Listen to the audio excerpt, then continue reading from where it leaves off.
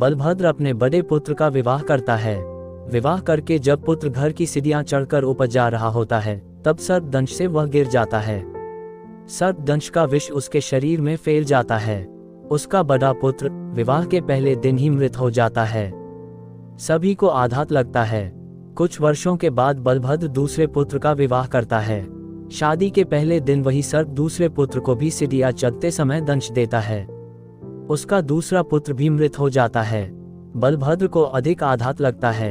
इस प्रकार उसके चारों पुत्र विवाह की पहली रात्रि को मृत हो जाते हैं। उनको चारों पुत्रवधू विधवा हो जाती है। बलभद्र को अब लगता है कि मैंने जो विश्वासघात किया है यह उसी का ही परिणाम स्वरूप है, पर अब क्या करना है वह समझ नहीं आ रहा था। बलभद्र उसके सबसे छोटे पुत्र का विवाह शुभमती के साथ करता है। शुभमती एक ज्ञानी संत के पास जाकर रहस्य जानती है। फिर शुभमती बलभद्र से कहती है कि एक ज्ञानी संत ने मुझे कहा है कि आपके ससुर ने एक ब्राह्मण के 5 रत्न चुरा लिए थे और अब उसने सर्प के रूप में जन्म लिया है और वह एक के बाद एक सारे पुत्रों को मार रहा है। सर्प से छुटकारा पाने हेतु एक वाटी में मीठा दूध और रत्नों का डिब्बा लाकर रखना होगा। मैंने नारायण के रत्नों को चुरा लिया था। ये बात की शुभमती को जानकारी हो गई। ये सोचकर बलभद्र को आश्चर्य होता है और डर भी जाता है। वह रत्नों का डिब्बा और दूध शुभमती को देता है। शुभमती दूध और रत्नों का डिब्बा लेकर अकेली सीढ़ियों के पास चली जाती है।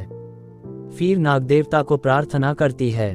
उनकी भूल की क्षमा याचना करती है और क्षमा देकर अपने रत्नों को ले जाए कहती है। सर्प आता है, शांति से दूध पीकर डिब्बे में से एक रत्न लेकर लौट जाता है, क्योंकि उसने 4 पुत्रों को मृत्यु दे दी थी। बलभद्र को अपनी गलती का एहसास होता है और बहुत पश्चाताप होता है।